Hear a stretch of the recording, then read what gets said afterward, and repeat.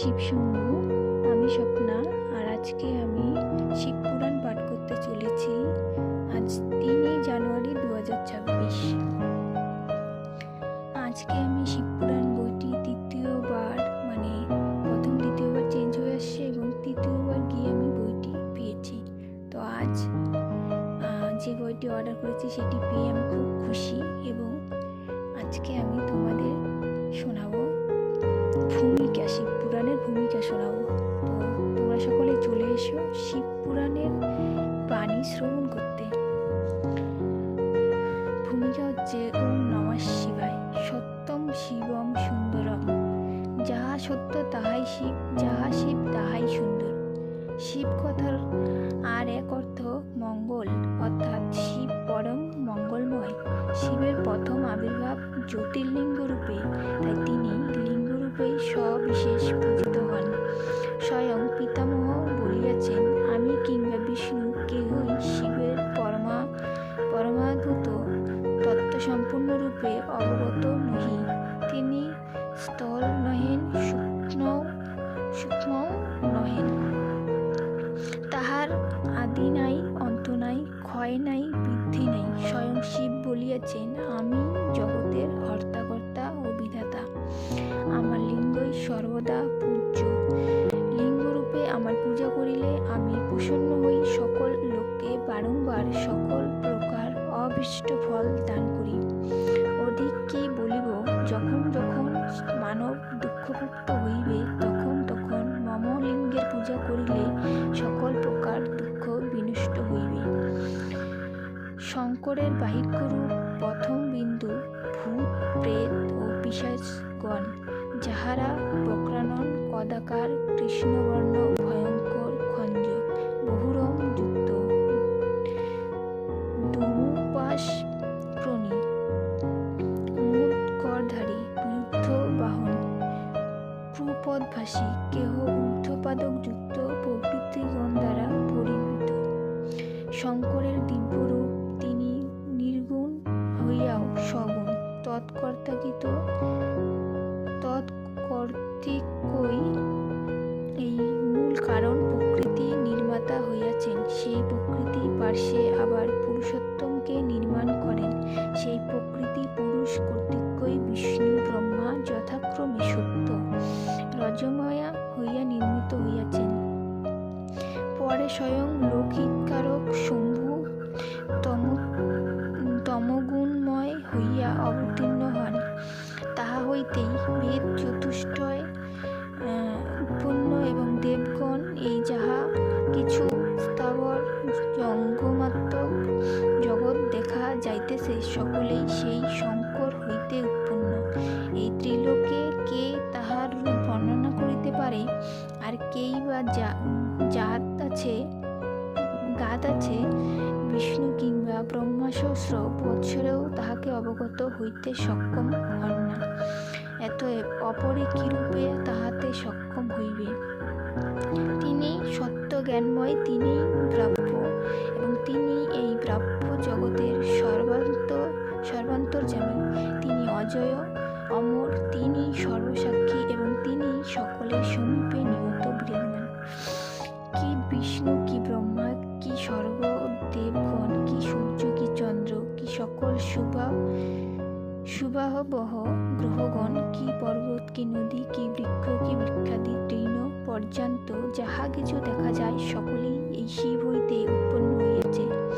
তিনি স্বরূপ অর্থাৎ বাহু, নেত্রাদি অবযুক্ত হইয়াও অরূপ, অর্থাৎ তাহার প্রকৃত স্বরূপ নেই। যেমন এক বীজ হইতে অঙ্কুর উৎপন্ন হইয়া তাহা হইতে নানা বৃক্ষাদির জন্ম এবং অন্তে ফল উৎপন্ন হয়, সেই প্রকার এক শিব হইতেই এই পঞ্চজগৎ উৎপন্ন হইয়াছে। পরে তাহা হইতেই ফল উৎপন্ন হইয়াছে। আদিতেও শিব, মধ্যেও শিব এবং অন্তেও শিবই থাকিবেন, অর্থাৎ ভূত, ভবিষ্যৎ, বর্তমান, এই ত্রিকালেই তিনি সতত বর্তমান।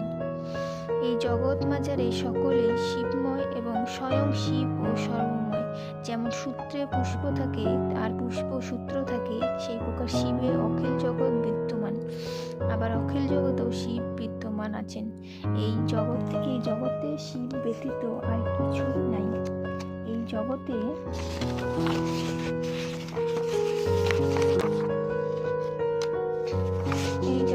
যে শিব ভিন্ন অন্য জ্ঞান জন্মে তাহা অজ্ঞান বশতই হয়। এই জগতে শিবেই কারণ, যাহারা জ্ঞানবান তাহারা শিব ভিন্ন আর কাহাকেও দেখিতে পান না। আর যাহারা নানাবিধ দেখিতে থাকে তাহারা অজ্ঞানবশতই সেই রূপ নানা প্রকার দেখিতে থাকে। শিব রূপ একই, কেবল প্রকৃতির সংযোগে নানা রূপ হইয়াছে। বস্তুত পরম কারণ আকার রহিত, এতএব শিবের কোনো দেহাদি বন্ধন নাই। যে পর্যন্ত দেহ জন্মে সে পর্যন্ত দৃঢ় বন্ধন থাকে। অহংকার নিবৃত্ত হইলে একমাত্র শিবই কর্তা বলিয়া উদাহৃত হন। যেমন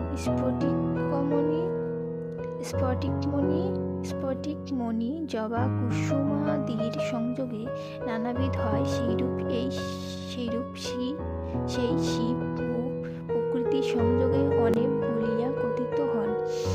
সেই নির্গুণ ব্রহ্ম স্বরূপ হরই আবার সগুণ রূপে অবতীর্ণ হন। শিবের মনোহর মূর্তি তাহার কোটি সূর্যের ন্যায় দীপ্যমান। তাহার শোভন নেত্রদ্বয় দেহের সৌন্দর্যাধিক্য প্রকাশ করিতেছে। তাহার মস্তকে মুকুট বিরাজমান, অন্যান্য ভূষণ সকলও দেহের সমধিক সৌন্দর্য প্রকাশ করিতেছে। আর তাহার বিচিত্র বসন পরিধান পঞ্চমুখে নিয়ত মিত্র হাস্য শোভা পাইতেছে। তাহার বাহনের যে কত শোভা তাহা বর্ণনা করা যায় না। শ্রী পঞ্চানন তর্করত্ন কর্তৃক শিবপুরাণের গঙ্গানুবাদ হইতে আমি সহজ সরল পদ্য ছন্দে পরিবেশন করিবার চেষ্টা করিয়াছি। অন্যান্য কয়েকটি পুরাণ সম্পাদন করিবার পর এই পুরাণটি বহু পূর্ব হইতে সম্পাদন করিবার ইচ্ছা ছিল। ভগবান পরমেশ্বর শিবের কৃপায় তা সম্ভব হইল। বৃন্নিমাধব শীলে লাইব্রেরির প্রকাশনা ইহা পাঠকগণের হস্তে অর্পণ করা সম্ভব হইল। এই গ্রন্থ পাঠকগণের চিত্রে ধর্মভাবের কিঞ্চিৎ মাত্র স্ফুরণ হইলেই আমার শ্রম সার্থক হইবে। শিব পুরাণের ভূমিকা ছিল আজকে, আমি ভূমিকা পাঠ করলাম। তোমরা সকল কমেন্ট করে জানাও যে শিব পুরাণের ভূমিকা থেকে তোমরা কি কি অর্জন করতে পারলে, ভগবানের প্রতি ভক্তি কতটা বাড়লো তোমাদের মনে। আমার তো অনেক বেড়েছে, মানে অনেকটা জানতাম না আমি শিব পুরাণ সম্পর্কে, শিব ঠাকুর সম্পর্কে আমি অনেকটা জানতাম না। আজকে বাবা শিব সম্পর্কে অনেক কিছু জেনে গেছে। এখনো তো শুরুই করিনি, শুধুমাত্র ভূমিকাতে অনেক কিছু। তো সকলে চেষ্টা করবেন শিব পুরাণ পাঠ না করতে পারলে শ্রবণ করার, আর আমি পাঠ করি, তোমরা শ্রবণ করার চেষ্টা অবশ্যই করো। কারণ এখনো অনেক কিছু আমাদের জানার বাকি আছে বাবা সম্পর্কে, তারপর মা সম্পর্কে, বাবা শিব ও মা পার্বতী প্রেম কাহিনী সকল কিছু শোনাবো তোমাদেরকে। তোমরা আমার পাশে থেকো এবং সাবস্ক্রাইব করো, লাইক, ফলো, শেয়ার করো। আজকে এখানেই সমাপ্ত করছি। সকলে ভালো থাকবেন, ধন্যবাদ।